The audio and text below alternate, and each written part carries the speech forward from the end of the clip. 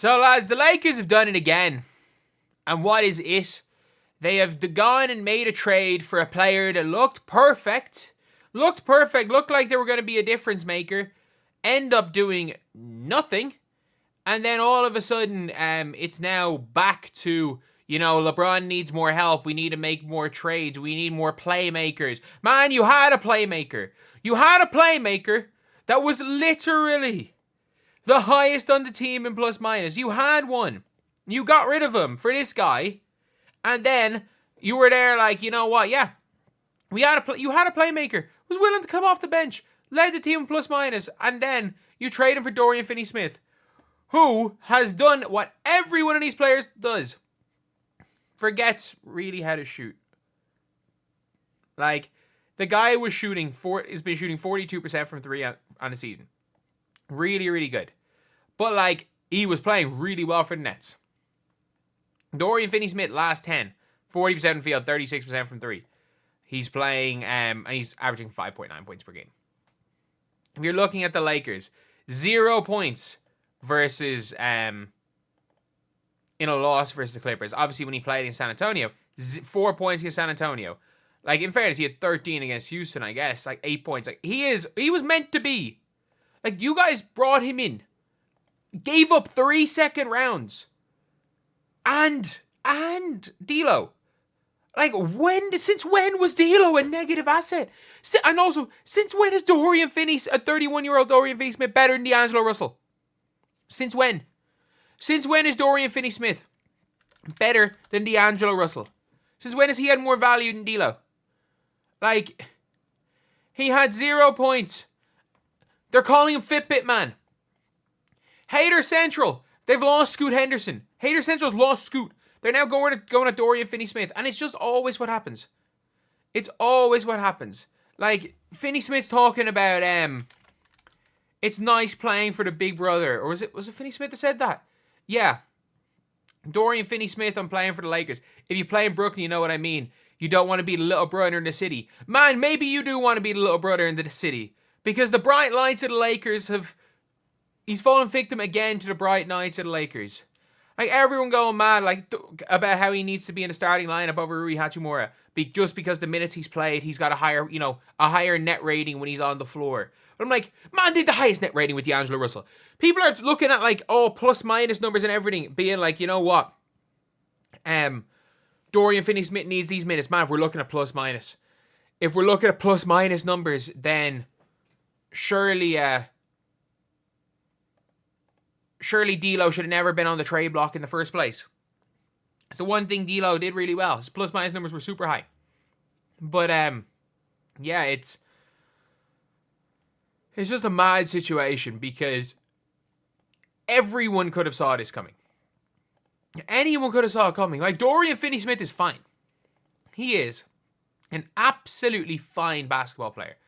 But, like, he was decent for the Dallas Mavericks. Nothing special. He was decent.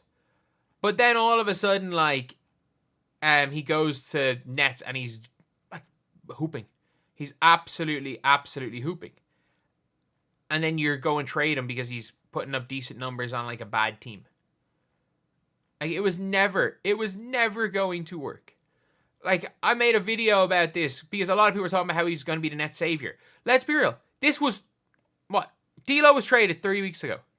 It has been 3 weeks since D'Angelo Russell has been traded. And then when D'Lo traded, it was like, finally, we got off D'Angelo Russell. We finally got off D'Lo.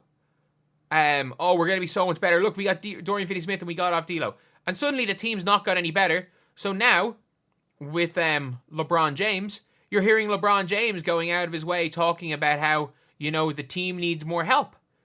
How he needs more help. And it's like, man, they literally just made a trade. They just made a trade. And you're like, oh, the team's not constructed great. And I'd say if you're him, he would probably say, oh, we need more playmakers. Well, you freaking had one. Like, the Lakers are, they're just not that good. And Dorian Finney-Smith is a fine basketball player. I mean this. He is a absolutely fine basketball player. But the way Lakers fans were talking about him, they were talking about him like he was going to save the Lakers. No, he was always fine. And he still is fine. He still is absolutely fine. Like, and now suddenly he's gone to the Lakers and he's doing the normal thing where, you know, the bright lights are a little bit too bright and he's forgetting how to play basketball. Like, he's averaging 5 points per game for the Lakers. He's averaging 5 points per game. You traded D'Angelo Russell and assets for a dude who's putting up 5 points per game. And I get it, defense is a thing, but the Lakers aren't playing the best defense anyway. Like, you needed a freaking prime Mikal Bridges type player on defense. Not 2025 Dorian Finney-Smith. Like, it just never made sense at the time. And now you've got, obviously, LeBron, the 1A, 1B on the Lakers, going out there and talking about how you know, the team isn't constructed properly. Well, I mean, they tried. Rob Pelinka's tried. Just because Rob Pelinka pulled off the biggest miracle I think we have ever seen.